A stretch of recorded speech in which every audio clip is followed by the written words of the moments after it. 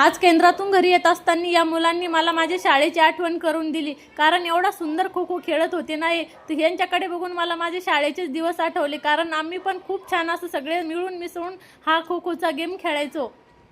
उन्हाळ्याच्या सुट्ट्यामध्ये सगळेच जण खूप छान एन्जॉय करत आहे आणि आता संपत पण आले। थोड्या दिवसातच स्कूल चालू होणार आहे, त्यामुळे आणखीनच जास्त सोसायटीमध्ये संध्याकाळी 6 वाजेच्या नंतर आवाज असतो मुलांचा। पण काय हेच ते दिवस असतात जे की बिनधास्त आणि कसलंही टेन्शन नसतं, जगून घेण्याचे दिवस म्हणता येईल। मोठं झाल्यानंतर काय मग एक एक जिम्मेदारीचं ओझं आपल्या अंगावर पडतं आणि आपल्याला ती व्यवस्थितरित्या सांभाळावी लागते। आणि नंतर कळतं आपल्याला की आपण जे लहानपणी जगत होतो ते दिवस खूप चांगले होते। आता साधी त्या दिवसाची आठवण जरी आली तर खूप छान वाटतं।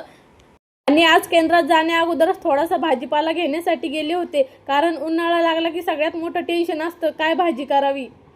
आणि सगळ्यात मोठा माझा हाच प्रश्न आहे, उन्हाळा लागल्यापासून रोज काय ना काय टेन्शन येतं, भाजीला काय करावं आणि कोणती भाजी करावी। त्यामुळे थोडासा भाजीपाला आणि मॅडमला आज ॲपल खाण्याची इच्छा झाली होती तर ॲपल पण घेऊन आले थोडेसे। प्रत्येक लेडीजचं हेच टेन्शन असतं, सगळीकडे लेडीजचं डोकं चालतं, पण भाजीचा विषय आला तर लगेच डोकं बंद पडतं, काय करावं आणि रोज रोज नवीन तरी काय करावं। आणि त्यामध्ये उन्हाळा म्हटलं की किती छान आणि किती सुंदर भाजी केली तरी पण जेवण जात नाही। आणि या काय रे आम्हाला यांच्या फ्रेंडकडनं वानोळा आला होता खाण्यासाठी। मला तर नाही वाटत माझ्या एकटीचाच प्रॉब्लेम असेल हा, कारण प्रत्येक लेडीजला हाच प्रॉब्लेम असतो काय भाजी करावी।